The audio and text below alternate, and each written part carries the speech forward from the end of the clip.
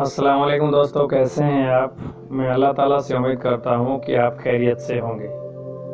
आज हम जिस किस्से की बात करने जा रहे हैं वह किस्सा भले ही छोटा हो, लेकिन इससे सबक आपको बहुत बड़ा मिलेगा। एक बार एक बादशाह ने कारस्तानी की। उसने कारस्तानी ये की कि उसने कांच के टुकड़ों को ऐसा तराशा और उनको तराश कर हीरे बना दिए। उन हीरों को, जो कांच के टुकड़ों को तराश कर बनाए गए थे, देखकर हूबहू असली हीरो की तरह लगता था और उनमें फर्क नजर नहीं आता था। तो बादशाह ने असली और नकली हीरों को मिलाया और दोनों को मिलाकर के अपनी सल्तनत में ऐलान करवा दिया कि जो असली और नकली हीरों की पहचान करेगा उसे मुंह मांगा इनाम दिया जाएगा।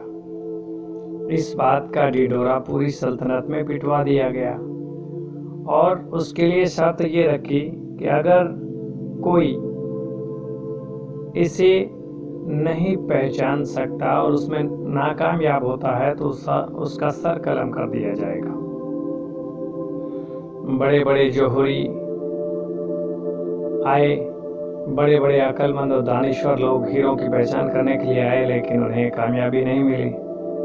ऐसे में बादशाह के महल में शोर को सुनकर एक अंधा बादशाह के महल में आया और कहने लगा, बादशाह सलामत, मैं असली और नकली हीरों की पहचान कर सकता हूँ।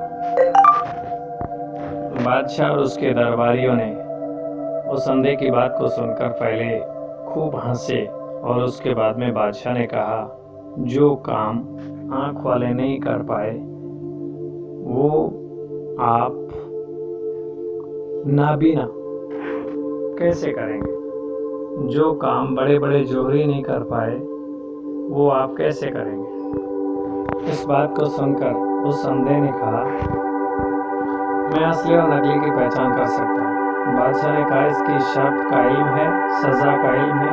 तो उसने कहा, बादशाह सलामत, मैं अगर ऐसा नहीं कर सका तो मेरा सर कलम कर दिया जाएगा। बादशाह ने हीरे दिए जो एक ही थैली में डाले हुए थे, वो लेकर के बाहर, उस महल से बाहर थोड़ी दूर चला गया और थोड़ी ही देर में वापस लौट करके आया और उसने आकर बादशाह सलामत के सामने वे हीरो की थैलियां रख दी, जो असली अलग थे और नकली अलग। और बादशाह से कहने लगा, ये असली हीरे हैं और ये नकली। बादशाह ने अपने शाही जोहरी को ये कहा कि इनकी जो पहचान की गई है हीरों की, आप देखें कि ये सही कह रहा है अंधा शख्स या नहीं। जब उनकी पहचान हुई तो पहचान होने के बाद में उस जोहरी ने कहा, बादशाह सलामत, इसने असली और नकली हीरों की पहचान सही की है और ये इनाम का हकदार है। बादशाह ने उसकी बात को सुनकर उसे बड़ा अचरज हुआ। बादशाह ने उस अंधे को अपने नज़दीक बुलाया और कहने लगा, आप मुझे ये बताएं, जिस काम को बड़े बड़े जोहरी और आँख वाले नहीं कर पाए, आपने इस काम को कैसे किया। तो उस अंधे ने कहा, ये तो बिल्कुल आसान काम है बादशाह सलामत। मैं उन हीरों की थैली को लेकर के महल के बाहर गया और कड़ी धूप में उस थैली के हीरों को पलट दिया, थैली से बाहर निकालकर नीचे गिरा दिया। और फिर मैंने देखा कि जो सूरज की तपिश को सहन कर गए, हाथ लगा कर देखा, जो ठंडे ही रहे वो असली थे और जो सूरज की तपिश को सह न सके और गर्म हो गए वे कांच के हीरे थे, नकली हीरे थे।